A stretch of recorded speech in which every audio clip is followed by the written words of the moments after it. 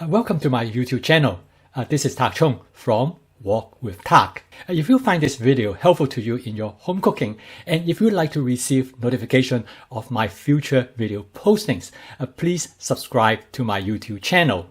I developed my cooking system because I want to make sure that every time I eat, I nourish my body. My cooking system has 4 attributes. The first is flavor chasing, and the second is advanced prepping, and the third is stir frying, and the last one is template-based cooking.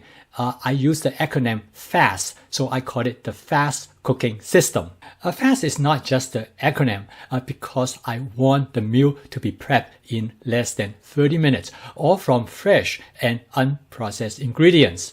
I learned that it is possible. When I was a college student, I worked as a cook in a Chinese restaurant. Using the cooking system that they have with everything all prepped and ready, I'm able to cook a dish in less than 5 minutes. From what I have learned from the chef, and now combining stir-fry and template-based cooking, I can prepare a home-cooked meal in less than 30 minutes. In this video, I would like to make the argument all of this is possible because of prepping in advance. There's nothing new about advanced prepping because it is used in all restaurant business. When the first time I go to the restaurant flat top grill, I discovered they actually make the customers to do part of the work. Instead of ordering from a menu, the customer is handed a bowl and they go through a line of prep ingredients and they pick out what they want, and then they give it the cook and he will cook it on a flat top grill. So this basically is the same idea. Instead of cook it on top of a grill, I cook it in a wok. This is also the representation of template-based cooking because what happened is that the cook used the basic template and to cook a similar dish but substituted with different ingredients. So when I develop my cooking system, I start to think about if I do the prep instead of just for one day in the case of a restaurant, I do the prep for the entire week. So that come about the concept about prep once and eat healthy all week. Obviously, as you know, prepping is essential for prepare all meals. However, in prepping in advance is that you prep for multiple meals just once. So in order to prep for all meals, there are some obstacles that we need to overcome. So in this video, I'm going to address some of the issues regarding in prepping for multiple meals. The most important aspect is that you can manage and store all your preps appropriately. I have a video on that earlier. The first hurdle that we need to overcome is make sure the storage system is appropriate for the home kitchen and home refrigerator. In the home storage system that I have developed, that will last for up to 10 days, but still will leave room for the refrigerator for other things. The second important consideration to keep in mind is the shelf life of the ingredients, particularly those that are perishable.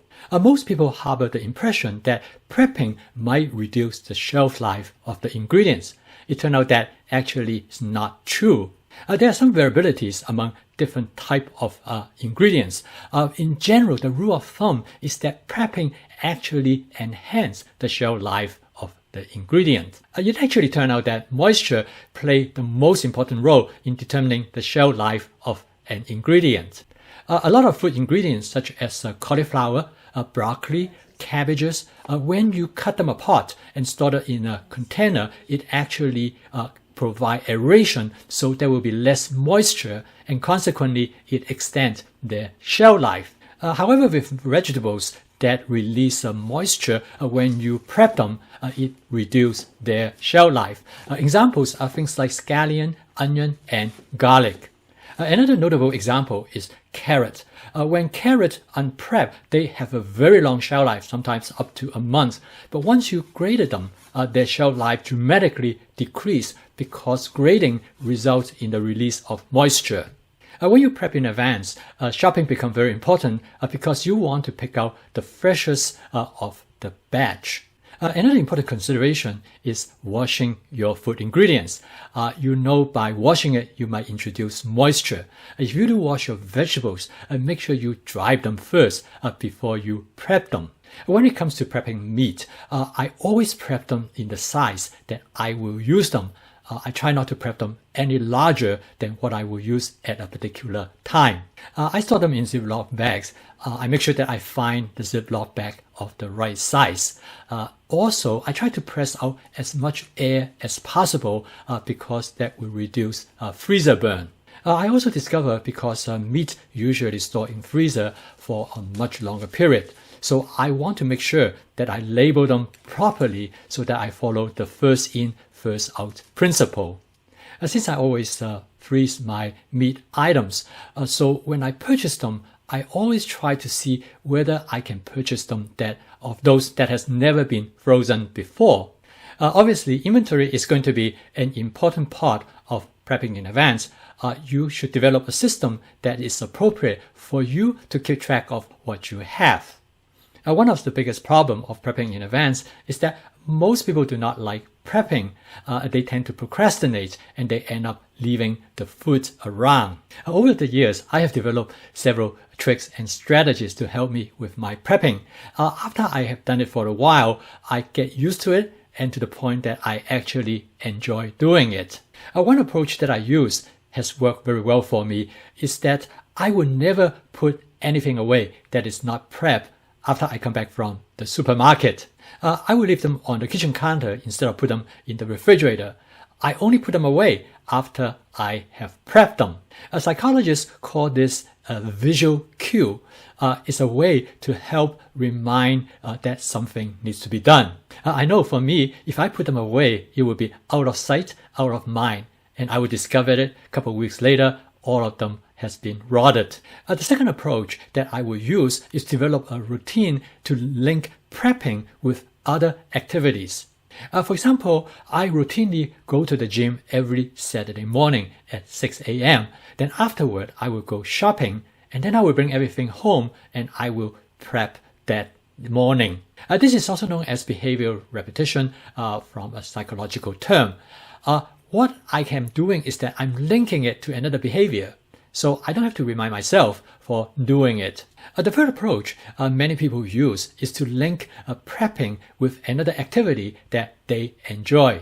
For example, my friend Jill likes to listen to several weekly podcasts. So what she will do is that she will listen to those podcasts while she is doing her prepping. This will allow her to look forward to her prepping because she knows at that time she will listen to her favorite podcast. Once you have incorporated prepping into your daily routine, you not only find that cooking will be much easier, but also will give your life a different perspective. Without any question, prepping is a good habit. As the saying goes, good habit as addictive as bad habit, but it is more rewarding. If you like this video, please click the like icon below. This will help me to improve the visibility of my YouTube channel as well as to reach a broader audience. Please subscribe to my YouTube channel if you'd like to receive notifications of my future video postings. Thank you for watching. See you next time.